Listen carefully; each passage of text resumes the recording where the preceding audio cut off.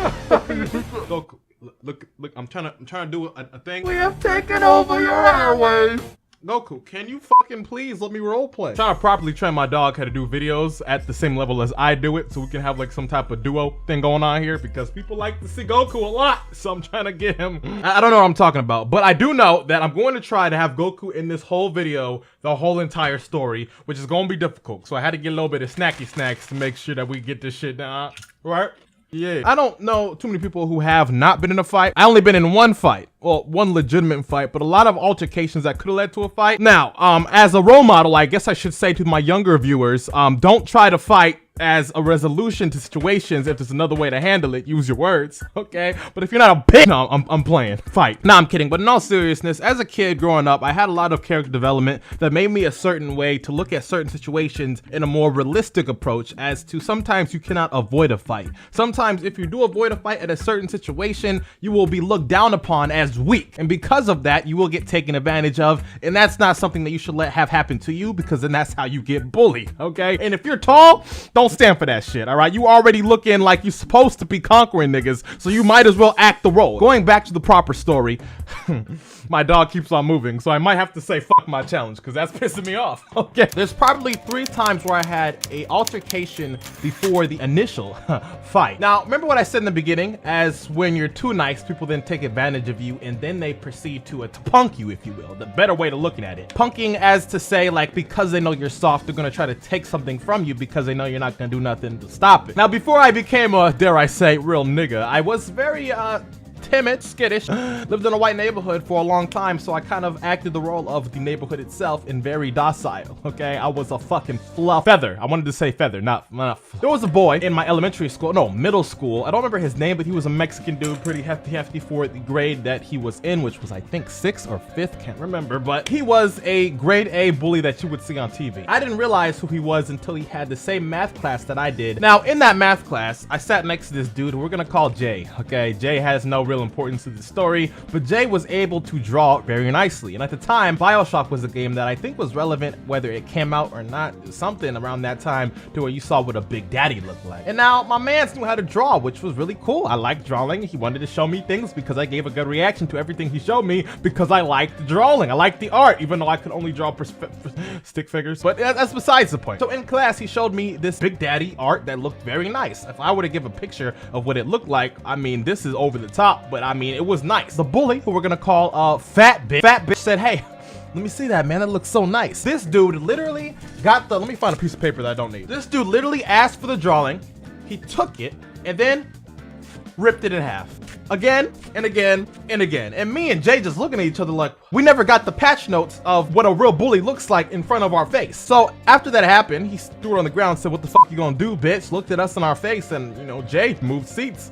I'm sitting there like, we cool, right? I was a bitch. He realized that. After that happened, it was PE. I don't remember how far apart that incident was from PE, but he switched into our PE class. Now, he did something that I'd never seen before, along with a lot of people in that area. He fought somebody in front of everybody, and everybody grouped around him, very nervous, like, because they're seeing a fight. Like, nobody was accustomed to seeing a fight happen. It was alien to us. We were pure, and he came through with this ruffian shit, and I'm just like, whoa. So we saw him fight. I don't remember who won or lost. Time then passes on again. He comes back to school, and then he wants to fight me. He came back to PE, and he proceeded to call me a bitch and a lot of names. And because people know of his track record, a circle then formed around us. I'm looking at everybody like, whoa. So I did what any other person who was looking for acceptance would do at that time, and I said, "See you, juvie, bitch!" It's like, nah, I actually just said. Okay. Unfortunately for him, I decided that my mom was a better priority, and I had to go after school to let her take me to McDonald's instead of beating his ass. But I was smart, so then what I then did was launched a genjutsu on all of the people around the area, and I said, well, you're fat, so you probably wouldn't be able to throw punches anyways because you would have got tired. You know, everybody was like, ha ha ha ha. And then he got even more mad though, and then said, let's fight again after school that next day. And I did the same thing. Eventually he got expelled, but that was my first eye-opener to that lifestyle. Now keep in mind, I mentioned before I had a lot of character development in my life, okay? Now that was back in the happy arc, my parents were together, and then this next story was in the arc where my dad started to be alcoholic, very, very much so, to where it was not really there that much mentally, but it's fine. Okay, so back to the story. So I lived in the ghetto at this current point in time, the place that you would have saw me at if you watch my older videos, that area. Now I moved there around the ages of 15, 14, if I'm gonna guesstimate. Okay, lived there for a long time before I moved and then moved back, but that's not neither here nor there. So what happened prior to moving there is I made a lot of friends of the kids in the neighborhood, which is good for me, so I didn't become depressed and fucking scared for my life. So I made friends with them and I hung out with them as kids do. They hang out and be rough scallions. So upon doing that, the BB gun meta started to come into our group, and when that happened, it was a little bit terrifying because our friend circle turned into Iraq, and then everybody was getting shot, and they thought it was so fucking funny. I had a homie in the area. I'm gonna call him O.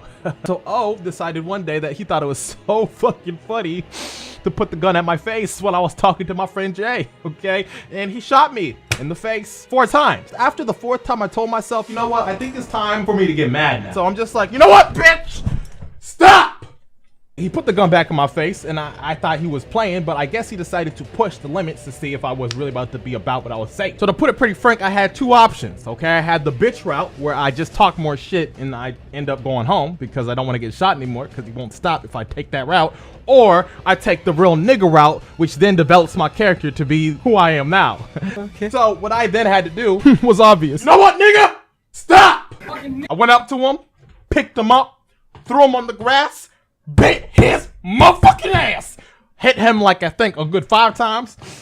Now, the only thing I didn't tell you in this story was I was like 15 or 16 and he was 12. But the point was that he pushed me and I had to flex my dominance, or nin if you're one of culture. So I did that. Funny story, now he turns out to be in a gang and very hard compared to when he was back then. So I'm glad I got them hits in then, because I don't think I could get those hits in now and live to tell the tale. But that's besides the point. I did what I did, stood up for myself, and you would think because I did what I had to do then, I was ready for whatever took place any other time. No, that was not the case. So after this arc, which is like the middle arc before my mom and dad fully split, they were on like thin needles, pins and needles. The needle got a little bit too aggressive, and then my parents then split. My mom went to Michigan and my dad stayed in the hood. Now at this current point in time, I thought my mom was the right option, and I moved my mom to Michigan. Was a bad idea for many reasons that we're gonna talk about in another video, but while I went to that school, I learned about another race of people that I never heard about in my life called Chaldeans. They're from the Middle East, if I'm not mistaken. My knowledge might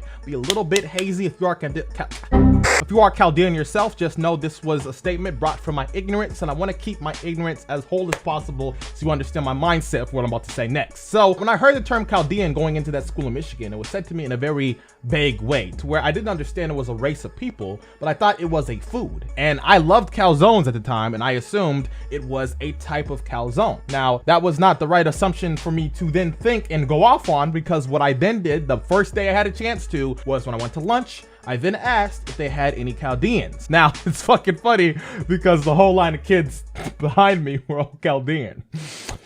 So, got sent to the office because they thought I was being funny and racist and trying to eat people, and I didn't know. The principal actually laughed. It's funny because she was also Chaldean, and at first when I went in that bitch, she was very aggressive with me, but she was able to laugh with me, so that was good, okay? That was really good because I was fucking terrified. Now, afterwards, it turned out a lot of kids didn't appreciate my tone of Chaldean eating them. Granted, in high school, which this took place in when I got moved to Michigan with my mom, I looked at this as a fresh start, okay? And I wanted to have that fresh start, and I didn't think the way to do that was to fucking be a nigga. Now, when they started to be a little bit more aggressive, the dudes, Chaldean men and women that, you know, heard me in that line, they did a lot of little petty things, such as calling me a bitch. When they would drive by me as I was walking to and fro from school, they'd be like, fuck you, bitch. And one time they called me the nigga with the hard R, and at that point I was a little bit, I didn't know what to say about that. So I started standing up for myself a little bit. There was like a big fat dude that I picked out from the pack that was there. Now, when we walked out of class, it was kind of a situation to where we all left at once because we got up, because we're all grouped together. I took that chance. I saw Big Boy standing there in the corner, so my petty self got up and pumped him in the shoulder. Now, granted, he was a little bit big, so I'm pretty sure he absorbed a lot of the impact of the bump that I initially gave him to kind of let him know fuck him, but it's fine. I bumped him and he looked back at me. I looked at him like, what, bitch? What you gonna do? You by yourself? What? After that happened, this is when my decision to bump him kind of went back in my face. So after school, that same exact day, I walked home in the usual route that I do. And I was actually waiting for them rather to drive by me and then give me some type of slander for the bump that you know what I'm saying? But instead, they were walking. I saw them walk pretty fast after I walked out the building because they were waiting for me, it seemed.